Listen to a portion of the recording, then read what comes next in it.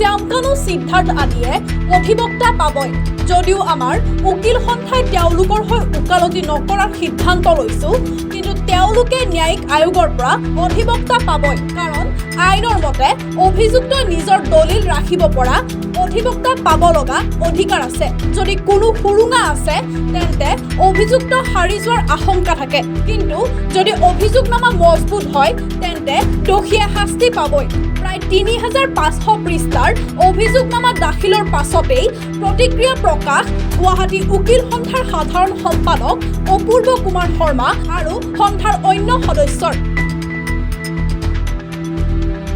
তেওঁলোক আকৌ আহিব আৰু যদি ইয়াত অভিযোগনামা যে ন্যায়ালয়ে যদি এই তাতে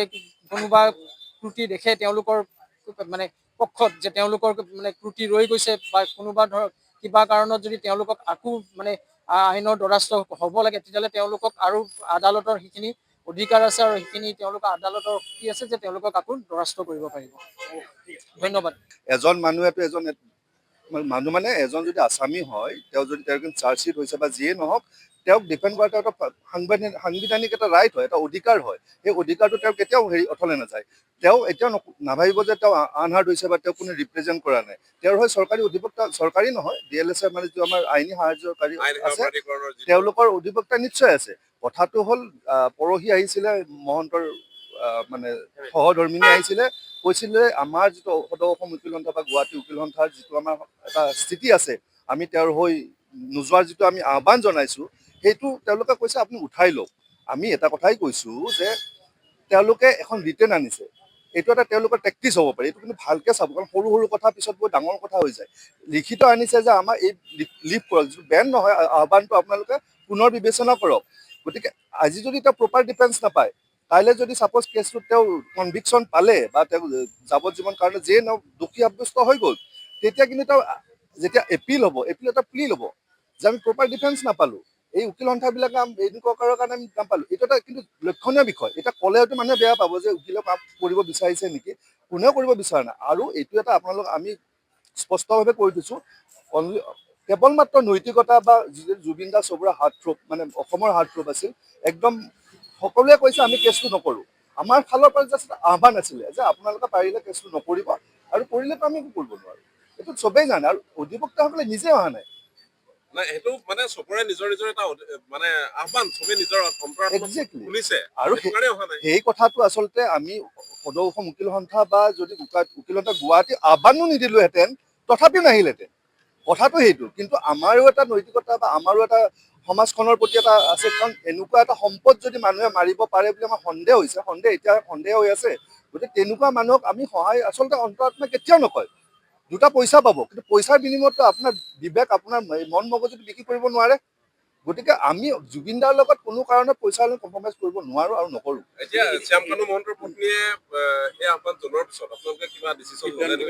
আমি সিদ্ধান্ত এতিয়ালৈ একো লোৱা নাই হয়তো পৰৱৰ্তী সময়ত তাৰ কাৰণে মেল মিটিং হ'ব কিন্তু এতিয়ালৈকে হেৰি হোৱা নাই আপুনি কোৱাৰ দৰে যদি আচলতে তেনেকুৱা হয় তেতিয়াহ'লে ক'ৰবাত নহয় ক'ৰবাত আকৌ নতুনকৈ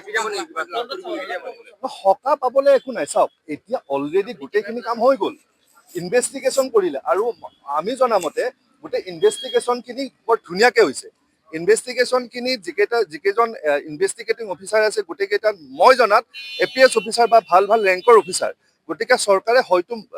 কোনো কাৰণত তাত সুৰুঙা ৰাখিব বিচৰা নাই যিটো চৰকাৰৰ যিটো আমি দেখিছোঁ তেওঁলোকৰ নিশ্চয় তাত আছে ইচ্ছা এটা আছে যে শাস্তিটো দিওঁ গতিকে সেই ক্ষেত্ৰত সুৰুঙা থাকিব নালাগে কিন্তু যদি সুৰুঙা আছে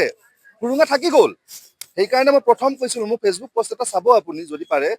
তাত মই লিখিছিলোঁ যে CIDৰ ওপৰত আমাৰ আস্থা আছে অসম পুলিচৰ ওপৰত আস্থা আছে কিন্তু কথাটো হ'ল যিহেতু এটা নতুন ঘটনা অসমত CIDৰ কাৰণে অসম পুলিচৰ কাৰণে যে বহি ৰাষ্ট্ৰ এখনত গোটেই ঘটনাটো হৈছে গতিকে সেই ঘটনাটো তদন্ত কৰিবৰ কাৰণে আমাৰ ইমান অভিজ্ঞতা নাই মই কৈছিলোঁ যে CBIৰ দ্বাৰা তদন্ত কৰাওক একো বাধা নাই কাৰণ আপোনাৰ যেতিয়া ঘৰত কাৰোবাৰ বেমাৰ হয় আপুনি গুৱাহাটীত দেখাব নে পইচা পাতি লাগিলে দিল্লীলৈ নিব ভাল উচ্চ চিকিৎসাৰ কাৰণে নিশ্চয় দিল্লীত নিব গতিকে আমাৰ এটা CID আছে কিন্তু আমি CBIক কিয় লৈ নগ'লো CBIক দিওঁ CBI দিলে এটলিষ্ট আমাতকৈ বেছি ইয়াতকৈ বেছি ভাল হ'লহেঁতেন সুপ্ৰিম কোৰ্টৰ ভাল ক্ৰিমিনেল জাষ্টিচ লয়াৰ্ছ আছে আমাৰ হাইকোৰ্টৰ লয়াৰ্ছ আছে ভাল ক্ৰিমিনেল লয়াৰ্ছ আছে তেওঁলোকৰ লগত লৈ কৰক তেতিয়া সেই তদন্ত যিবিলাক লোভল থাকে যিবিলাক সুৰুঙাত আমি ধৰি লৈ আসামী এটা উলিয়াই লৈ যাব পাৰোঁ সেই সুৰুঙাবিলাক মাৰা গ'লহেঁতেন কিন্তু সেই বস্তুটো নকৰিলে গতিকে মই আই এম নট চিয়'ৰ ডেট তাত সুৰুঙা আছে, কিন্তু সুৰুঙা থাকি যাব পাৰে, আৰু যদি সুৰুঙা থাকি যায় সেই সুৰুঙাত কিন্তু ওলাই যাব। ফাষ্ট ট্ৰেক হ'লেও এতিয়া আজি চাৰ্জশ্বিটখন দিছে, চাৰ্জশ্বিটখন জমা দিয়াৰ পিছত মহামান্য মুখ্য CJM কোৰ্টে চাব, CJMে চাই সেইটো চিন কৰিব, কৰি কেছটো যিহেতু মাৰ্ডাৰ কেছ, গতিকে কেছটো আমাৰ CJM কোৰ্টে কৰিব নোৱাৰে, সেই কেছটো কৰিব লাগিব ছেছনছ কোৰ্টে, মানে সত্ৰ ন্যায়াধীশত। যে সত্ৰ ন্যায়াধীশৰ কাৰণে এই কেছটো তালৈকে কমিট কৰা বুলি কয়, তালৈকে পঠিয়াব লাগিব। পঠিয়াওঁতে বহুতখিনি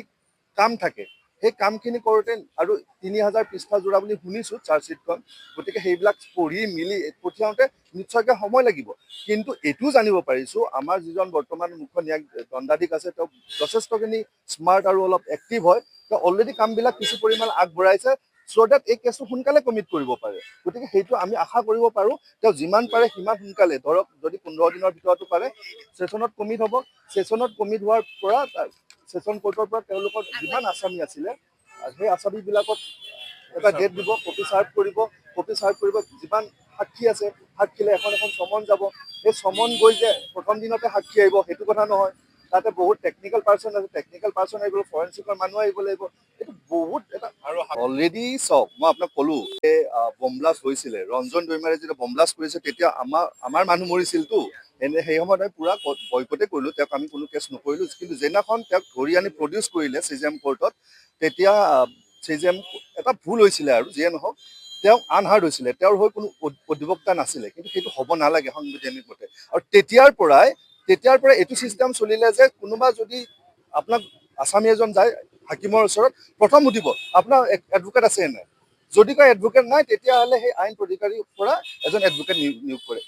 এখেতৰ ক্ষেত্ৰতো শ্যামকানুহঁতৰ ক্ষেত্ৰতো চৰকাৰী নহয়, আইন সহায়কাৰী অধিবক্তা নিয়োগ কৰিছে, তেওঁক আনহাৰ্ড হৈ থকা নাই, তেওঁক নুশুনাকৈ থকা নাই, অধিবক্তা নিশ্চয় আছে, কিন্তু তেওঁলোকৰ পচন্দৰ এডভোকেট ল'ব পৰা নাই, প্ৰব্লেমটো তেওঁলোকৰ তাতহে হৈছে।